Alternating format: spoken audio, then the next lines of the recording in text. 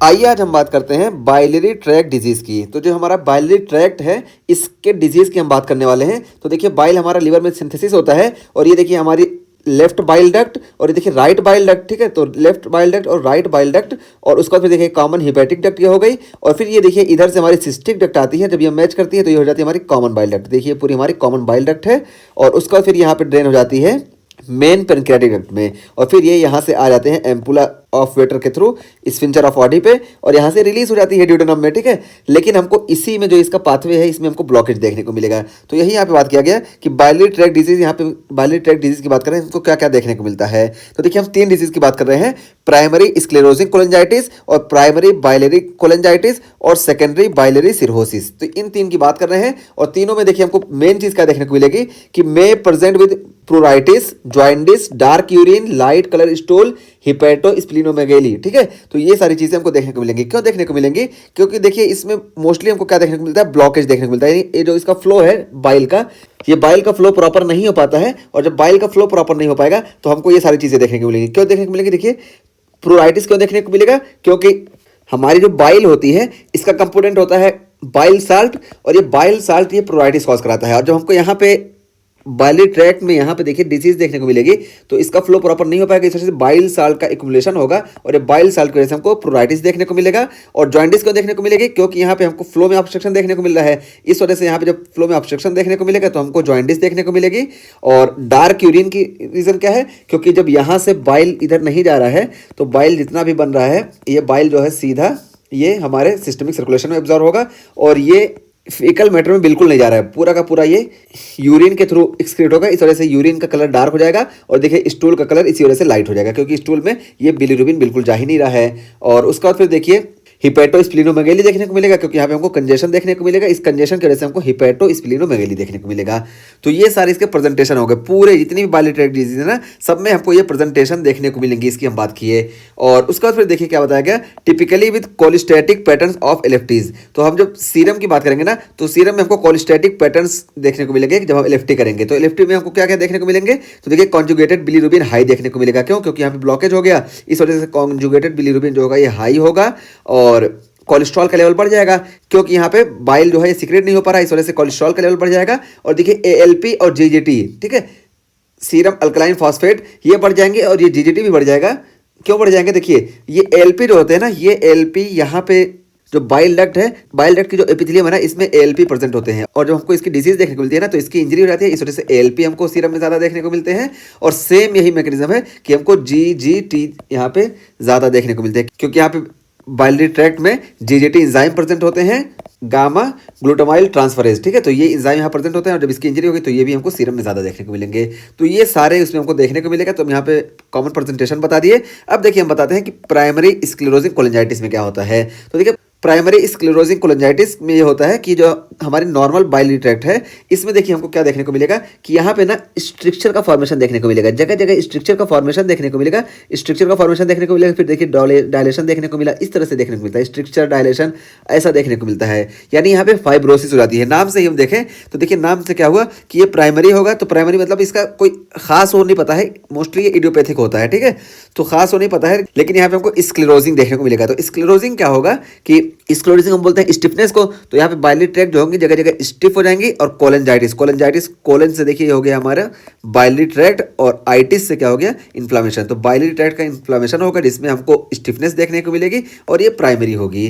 तो देखिए क्या, unknown cause of concentric onion skin bile duct fibrosis. तो देखिए unknown cause of concentric bile duct fibrosis, तो हमको unknown cause of concentric bile duct fibrosis देखने को मिलेगी। तो देखिए हमारी जो बाइल डक्ट है इसमें हमको फाइब्रोसिस देखने को मिलेगी, ठीक है। तो फाइब्रोसिस देखने को मिलेगी और अननोन कॉज यहाँ पे होता है।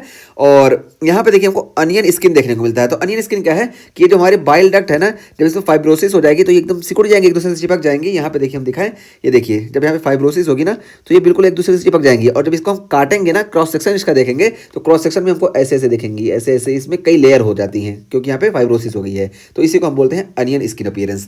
तो हमको अनियन स्किन अपीयरेंस देखने को मिलता है। तो देखिए वही अनियन स्किन देखने को मिलेगा। और यहाँ पे देखिए फाइब्रोसिस होगी और alternating structure and dilation with beading of intra and extra hepatic bile duct on ERCP, ठीक है। तो ईआरसीपी और एमआरसीपी ये दोनों की हम बात करके आए हैं जहाँ पे हम बाइलियरी ट्री की बात किए हैं।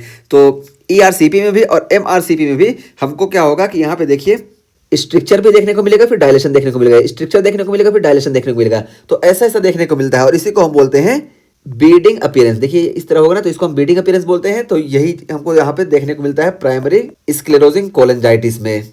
और उसके अलावा देखिए ये हम ERCP भी देखते हैं और MRCP भी देखते हैं। तो देखिए MRCP जो होती है ना, ये हमारी इन्वेस्टिगेशन ऑफ चॉइस होती है और उसके अलावा ERCP को हम थेरापेटिक यूज में इस्तेमाल करते हैं। तो एक बार दोनों को फिर से हम बता दें। तो देखिए MRCP जो होती है हमारी, इसमें क्या करते हैं, मैग्नेटिक रेजोनेंस इमेजिंग की तरह इसका इस्तेमाल करते हैं और यहाँ पे हम जो होते हैं MRI के जरिए इसको बाइलरी ट्री को देखते हैं। और बाइलरी ट्री को देखेंगे तो यहाँ पे हमको ये चीज़ देखने को मिलेगी। देखिए यहाँ पे, देखिए यहाँ पे देखने को मिला, ये देखिए यहाँ पे ये डायलेशन है और यहाँ पे देखिए ये फाइब्रोसिस है, डायलेशन फाइब्रोसिस ऐसे देखने को मिलता है। तो यहाँ पे MRI का इस्तेमाल करते हैं।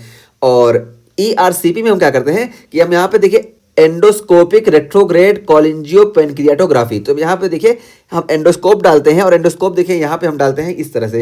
एंडोस्कोप हमारा आता है इस तरह, यहाँ से ड्यूडेनम से, और यहाँ से देखिए ये स्फिंक्टर ऑफ ऑडी से एम्पुला से ये इंटर करता है और यहाँ से हम डाई डाल के इसको चेक करते हैं। तो इसको हम बोलते हैं ERCP।